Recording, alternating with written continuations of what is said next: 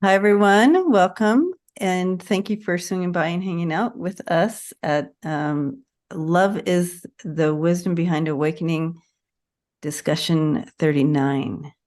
Yeah, we're getting old. Yes. So 39. Older. Yes. 39. Mhm. Yeah. I feel wiser after Good for 39, you. after I 39 feel discussions, like there are new challenges every day. So, right? oh, I haven't thought about that one. So you retrench. Yeah. So today,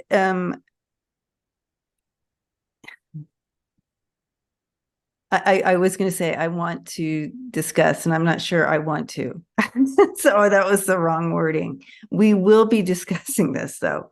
We're discussing just kind of how this. I'm not quite sure, and maybe you can help me, Chrys, with this. How to word this, but the energy of this male energy that is so dominant on the planet that um, that they don't even know that they or maybe they don't even know sometimes that they're doing the things that they're doing. Um, what is that? Is it dominance or Yeah, it's dominance. Privilege.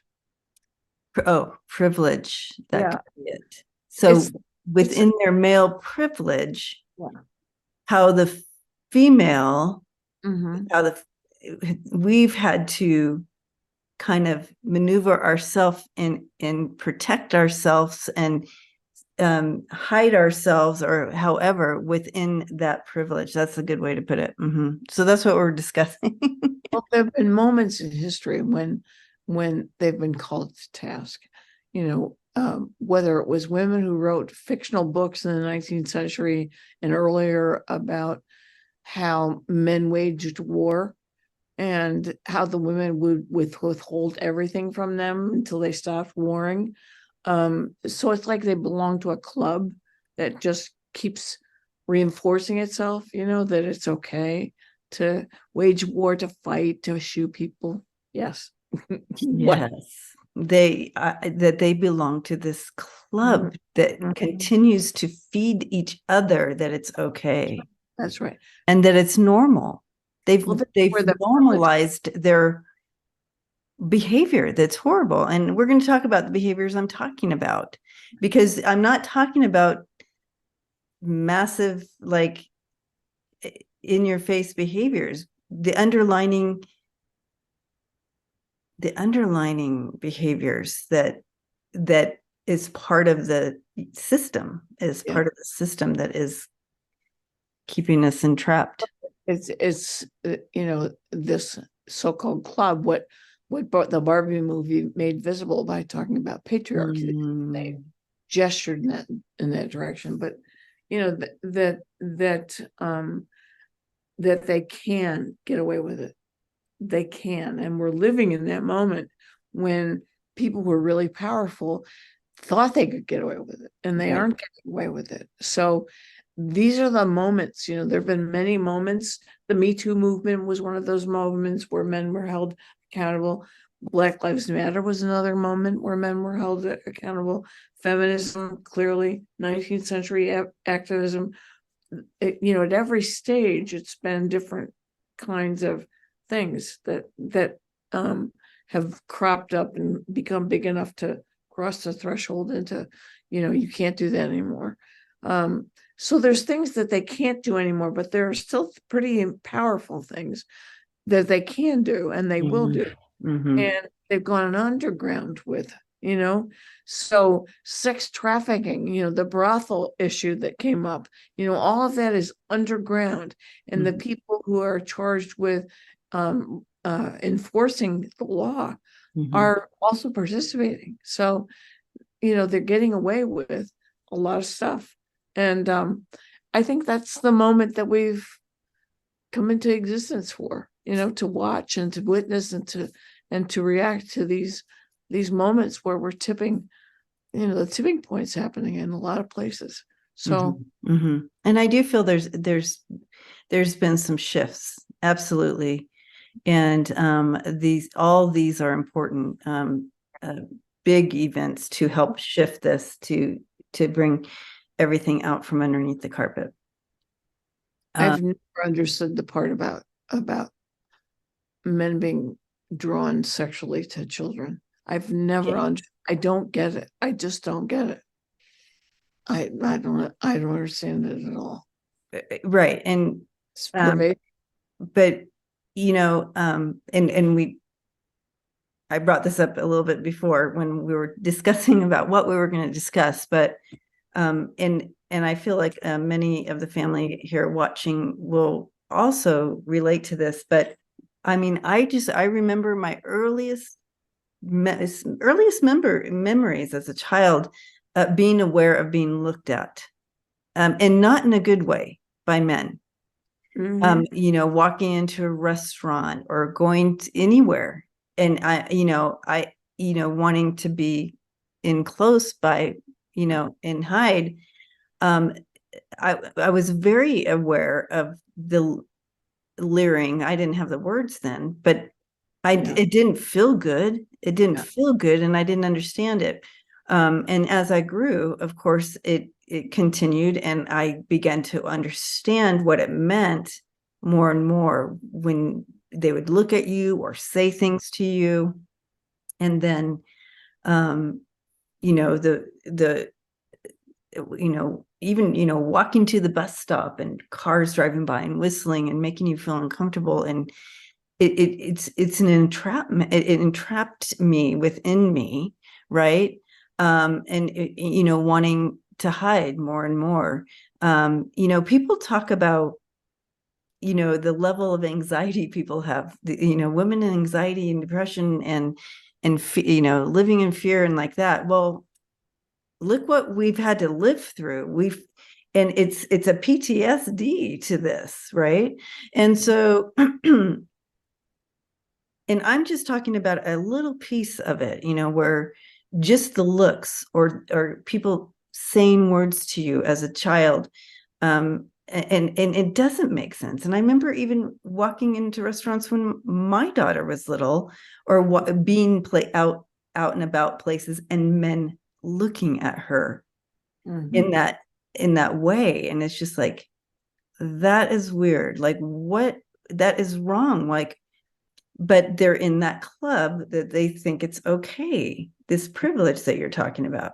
And so what does that produce later on in a person? So I want to talk about that a little bit. So for my experience, as it progressed, I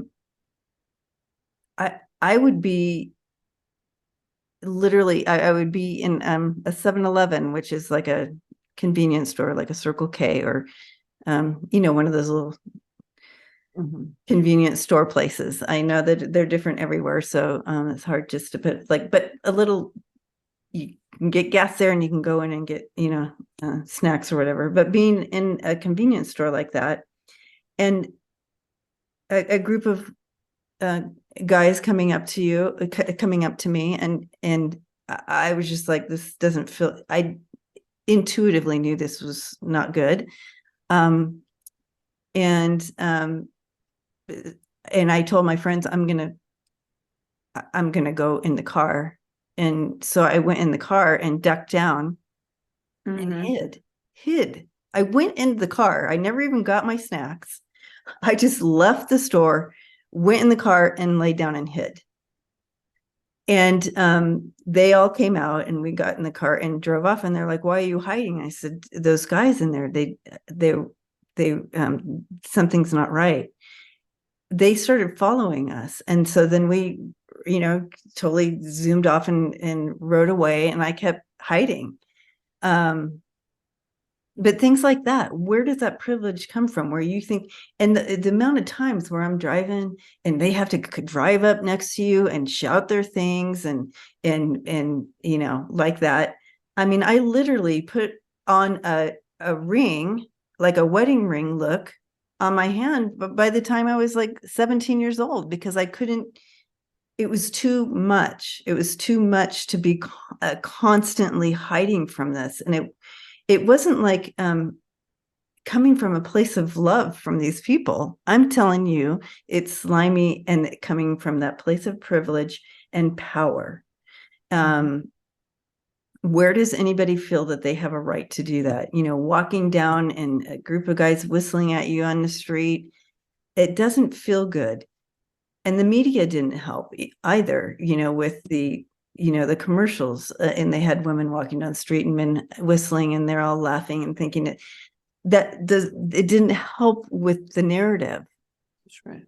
It just backed up their privilege in being able to do that. But it is, I do feel it shifting, because I feel it's hidden. That's right. Well, So they're not going to be doing it outright as much as they would have in the 60s and 70s and 80s. I don't know if it's hidden. I don't know. You know, I taught gender for a very long time, and decades. And one of the reasons I stopped teaching it was because I couldn't teach the sexual violence stuff anymore. Because every semester would have a kid in my office, sometimes in the fetal position, saying she'd been gang raped as a first-year student. Mm-hmm. You know, I watched football players be tried for raping a first-year student. I heard about gang rapes at the frat halls. You know, it was so pervasive, and it's not new. It's not specific to a generation. It's different. Yeah, I guess you're right. It's just different. It was around in the 19th century.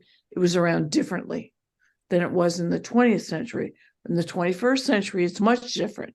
Now they still blame the woman. Well, they still say you're no fun. You're not fun. Yeah.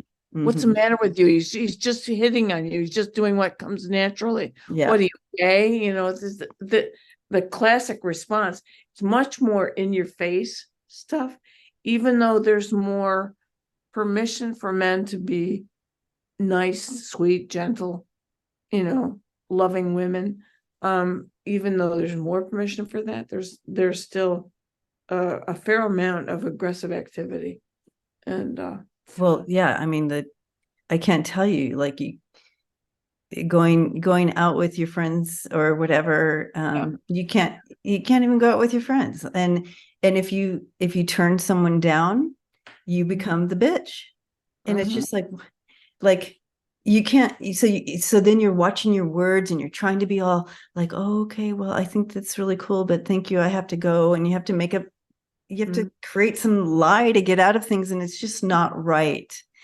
And we need to continue to push and shift that out. So when I was at the age of 14, I started being stalked, and I would get phone calls, and that's when we had our own. You guys remember when you had your own phone in your room, and yeah. And so somehow this person had my phone number in my room and would call me and tell me where I had been that day, what I had been wearing, and start in with all their comments. And then I would hang up. I would, every time, but you guys, this went on for I want to say 15 years. And it got worse and worse. I know you're home alone. I'm coming to kill you now. I'm doing, like all these things. I know they'd say, this is where you went today, and I know that you're home now, and I know you're alone, and I'm coming over to kill you. And it would get worse and worse like that. And so that also plays into my story of protection and putting on that armor around me, because I lived in constant fear, acknowledging that I was being followed and um, by someone dangerous. It did come to a head at one point where I was assaulted, and I was on the way to a party, and but I'm so grateful for our ability to leave your body, because I literally left.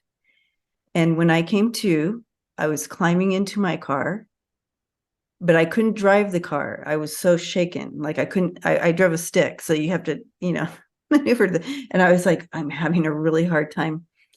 And I went to my friend's house, who I was supposed to be picking up, but I was like 30 minutes late. She's like, where have you been? You called and said you were on your way. And she looked at me, and she brought me into her home, cleaned me all up, and we went to the party. That's what you did back then.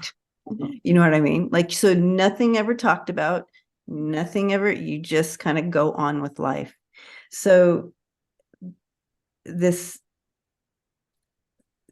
thing where you feel like you need to dominate and control, and this club has created this privilege, this power. So this stalking, this person continued to stalk me for another, after that, it was another at least 10, 12 years after that. Was it the same person who assaulted you? I believe it was. Mm-hmm. You So, don't know who it was? huh? No, I don't. No. Mm-mm. Nobody I knew.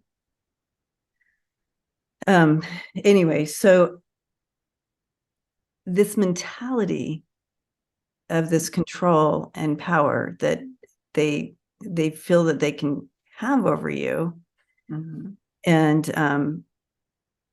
they do, don't they? They do have that power. Well, How do we stop it? How do we take back our power? well, you one step you took was to be out of your body.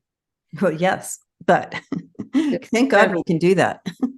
Yeah. Thank God we can separate, because I tell you, the trauma is enough. But how But do you deal with it? yeah, but Yeah. why do we have to deal with it? Why do we? I mean, I worked in the ER. I know. I worked in the ER. The ER is right next to San Diego State University. Trust me, I work with exactly what you are talking about with your students. I was the first contact they had. And so, and then those policemen would come in and act like, and I wasn't having it. So that's where I took back my power. I'm like, Yeah. hold up. I'm going to be right here when you question her. That's right. She is the victim. Mm-hmm. And for me to have to remind every freaking policeman that you're talking to a victim, Right. it's appalling. That's right.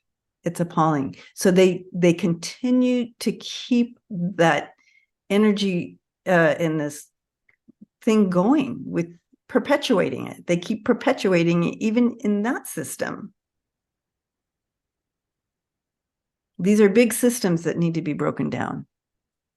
Well, we've been working on these for generations. I keep hearing a name. You want it? Sure. Andrea Dworkin. Andrea Dworkin was a major rape fighter and in the 20th century. Andrea Andrea Dworkin. Dworkin. Yeah.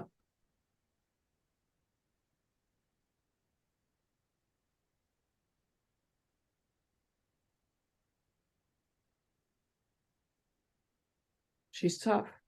Yeah. All right, Andrea. She might not come in. We'll see.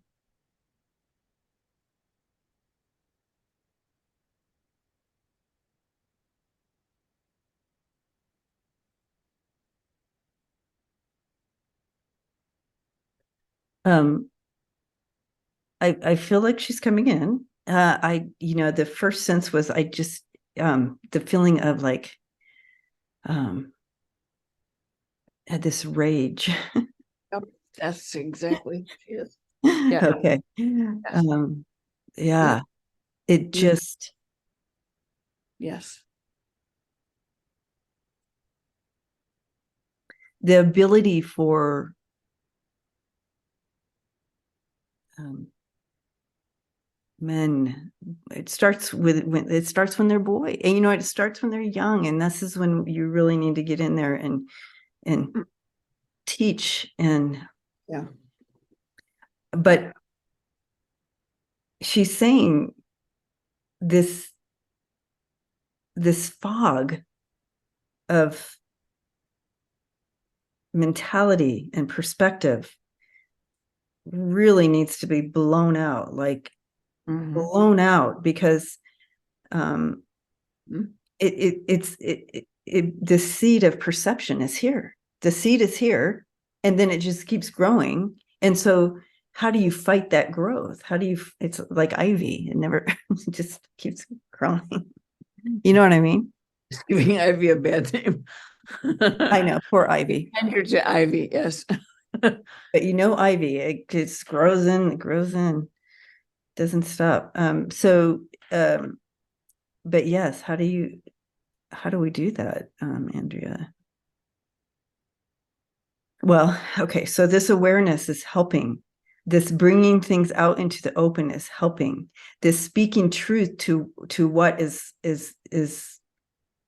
speaking truth to what is taking place is really helping with the shift. Mhm. If you never help someone see a different perspective, this is the only perspective they see. That's right. That's right. So it's bringing in that new perspective, and that is happening.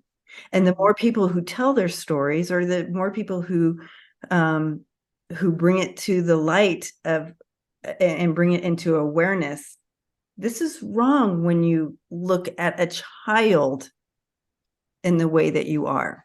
This Mhm. is not okay. Oh, oh yeah, it's not. This is something I need to work out within me to, Mhm. yeah, right? So perspective, she says, change perspective, and it's changing. All these big movements that are but also it's even in the smaller places as well. You know, just like if you're walking into a restaurant and someone, goes like,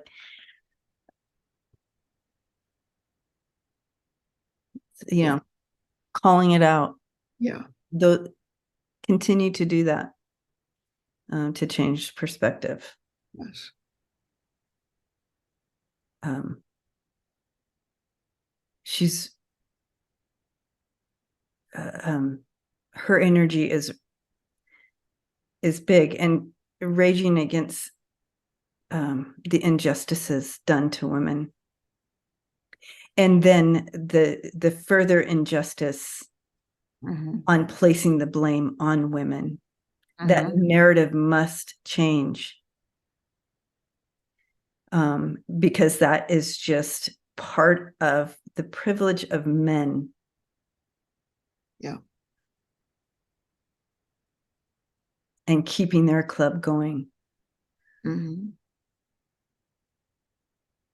justifying their behaviors.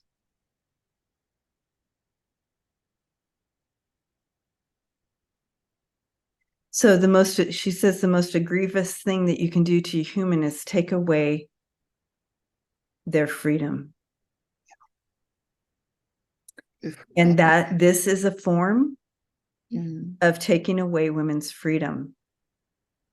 And she's saying, Debbie, the story that you shared, even starting from child and little giving glimpses, that your freedoms, you can see the timeline of your freedoms being taken away little by little by little by little.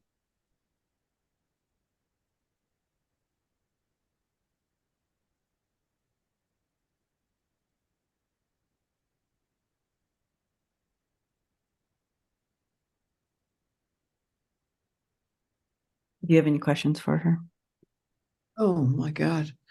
Um, she fought very hard uh, when she was here. Is there advice you can give about how we should continue?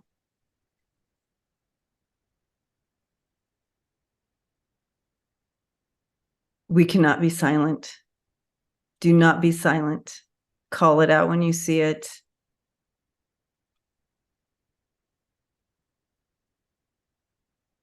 Just keep it in, just keep it all exposed. Keep exposing it. Keep exposing it. Um, that's how you fight this. Oh, Exposure. what about the laws?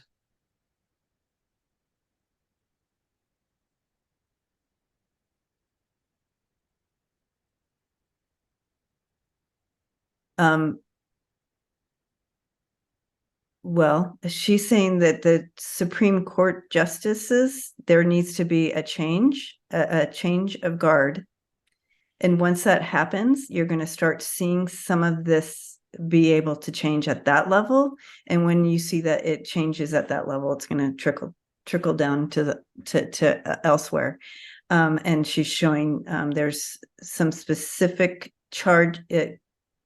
specific change of guards coming in. Mm-hmm. We're going to see this coming in. Mm-hmm. Can she Maybe say, in the next 6 months. oh, really? Mm-hmm. Wow. Yep. Wow. That's a big deal. That is a big deal. So once you see it kind of at that level of the land, so to speak, you're going to, that's when the rush is going to start coming in. And that's when, but she's saying on a individual level, call it out. And that's not, people might go, well, don't be so rude. Don't be like, no, that's not what that is. When you speak truth, that is not rude. That's part of their trying to keep their little narrative going. You don't have to be a bitch. Yeah, I do. Right now, I do. And I'm coming from a place of love right now. And it may sound bitchy, but here's the truth. What you're doing is wrong. That makes women feel like this, you know. All right. So you're 5'3". I I am now. I used to be 5'3.5". Okay. And you're small, I'm small.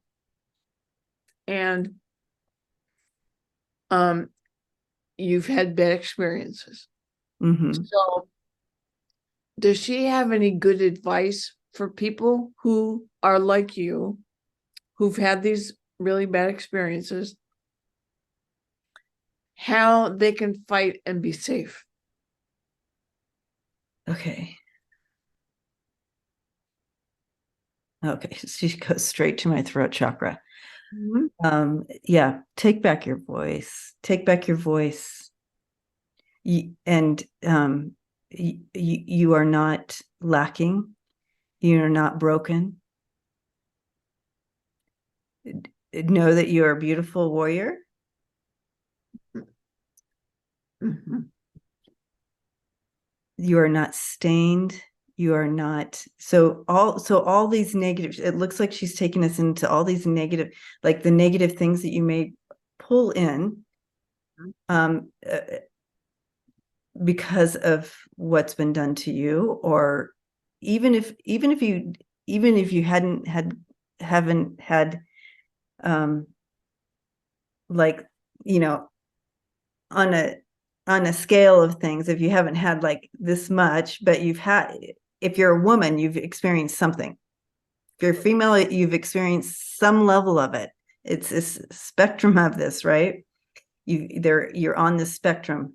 um and um and so we feel all these things come to play with that. We feel guilty, or we're ashamed, or all these things that come to play, but it plays out in other areas of our life. She says, take back your life, take it back, and release those release those narratives that have been placed upon you by others. They're not yours to carry. Release that. Step into your power.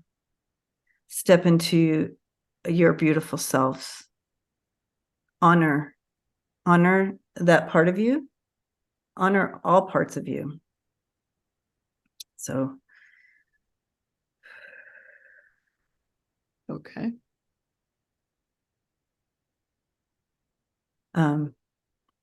Call back the pieces of your soul. Yeah. Yeah. I think what a lot of people don't realize is that this the sexual violence is, I don't even know how to say it anymore. It has a long range effect on one's strength, on one's ability to speak up, ability to feel good about herself. The real work of a sexual violence survivor is to love herself. Love yourself. Her truth. There's nothing you did wrong. Nothing you did wrong.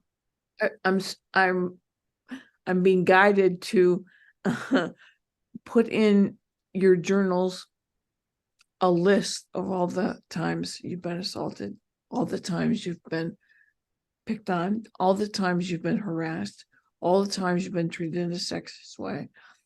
Make a list and you'll be amazed at what you've put away. Yes. Sitting I'm getting chills on that. That's a yes. Yes, guys, do that. Make your list.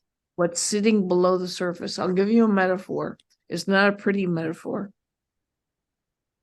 There was a football player who he and his buddy were drinking beers with a first-year student. She was Catholic and a virgin.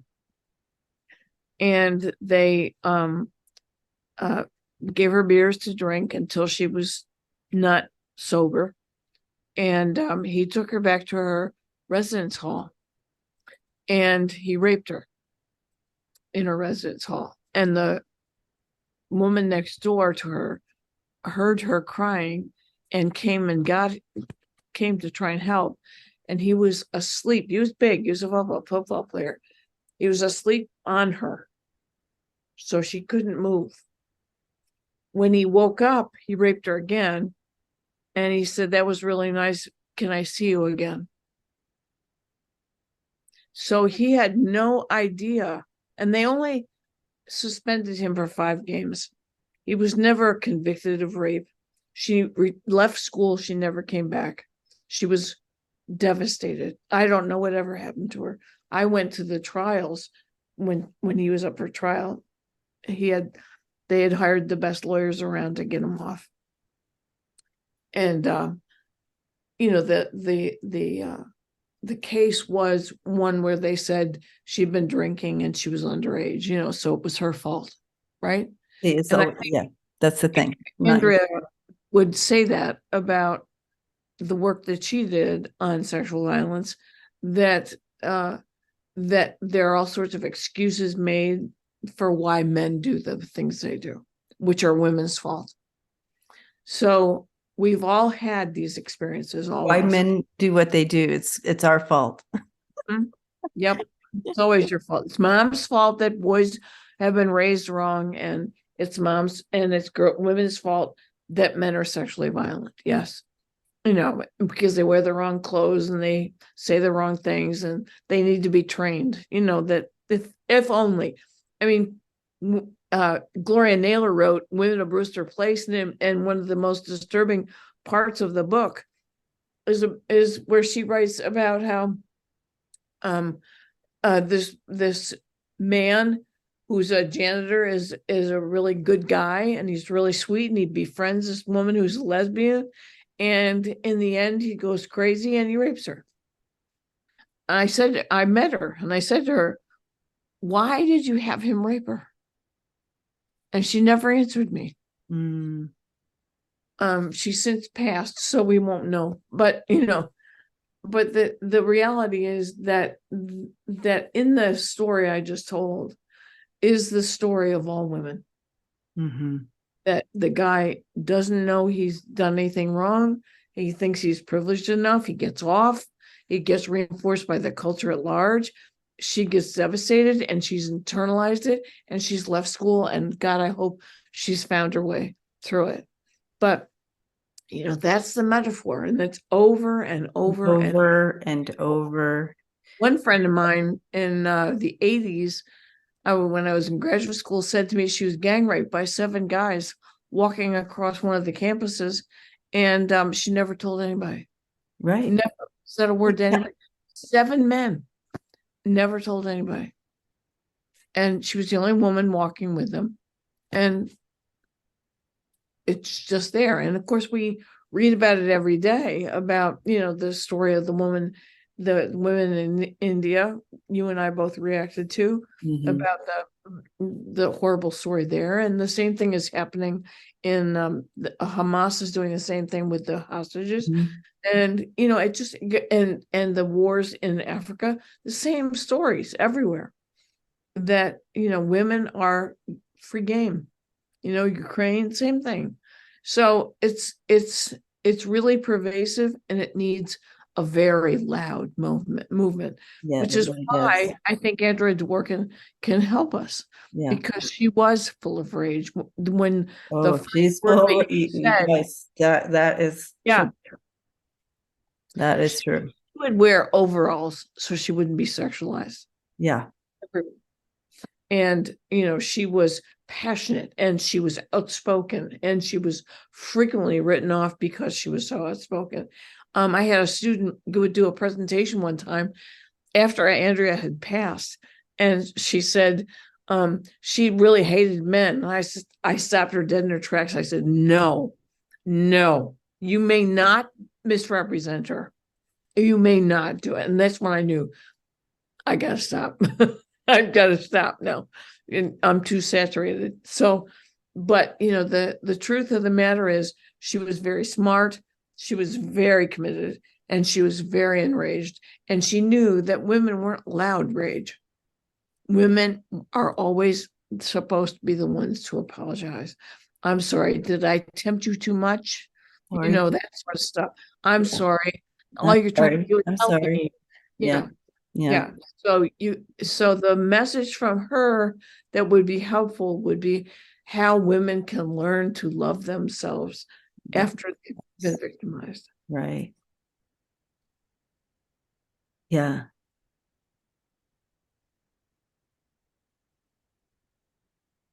It's just it's just one of the most egregious things that can happen to a human. Mhm. And not only in violation, but it's the taking of free will. And so, in order to take back your free will, what does that look like for each individual? Be different, but not to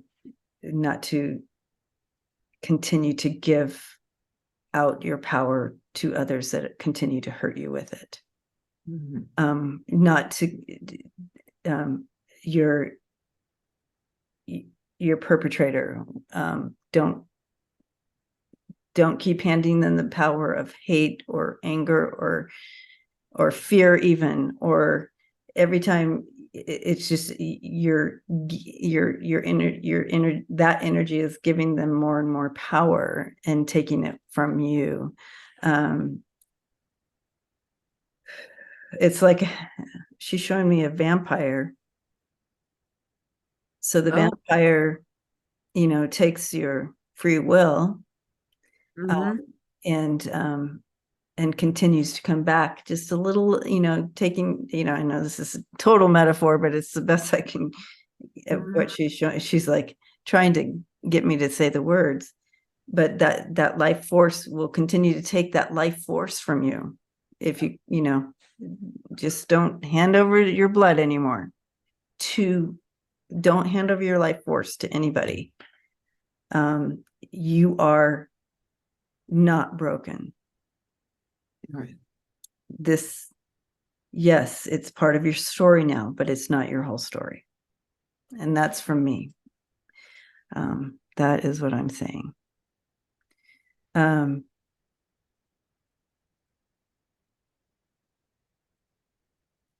Okay, so even if we dial it down a notch here and talk about the whole narrative that of the men and what they, you know, we can break it down even more, you know, when something happens like you talked about with this gal leaving school, and of course, we're only gonna suspend him from his game because we can't ruin his future Or the future of the team. or Yeah. the future of the team, right? So where does that leave the female? So every time, and you can read story after story like this, where, well, okay, we can't ruin his future. Mhm. Not thinking that they've already thrown the female off her path and into the ditch, right?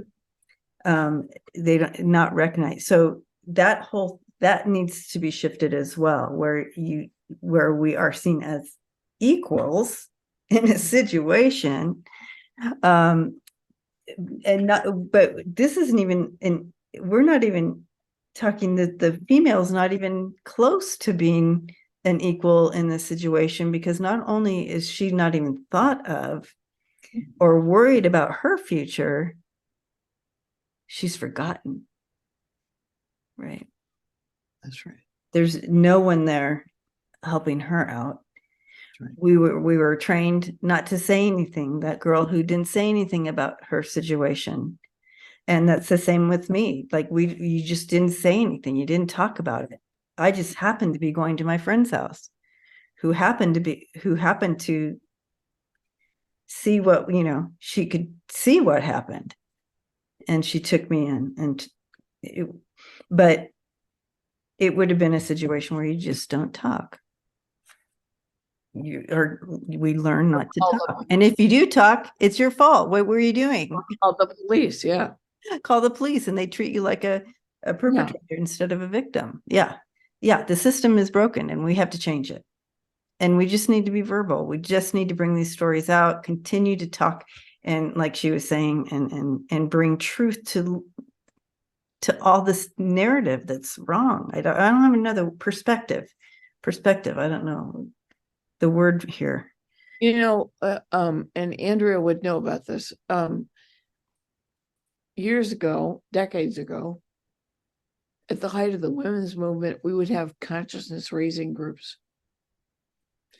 And what would happen in these consciousness raising groups was women would get together and they'd start telling their stories to each other, but they didn't know that anybody else had the same story.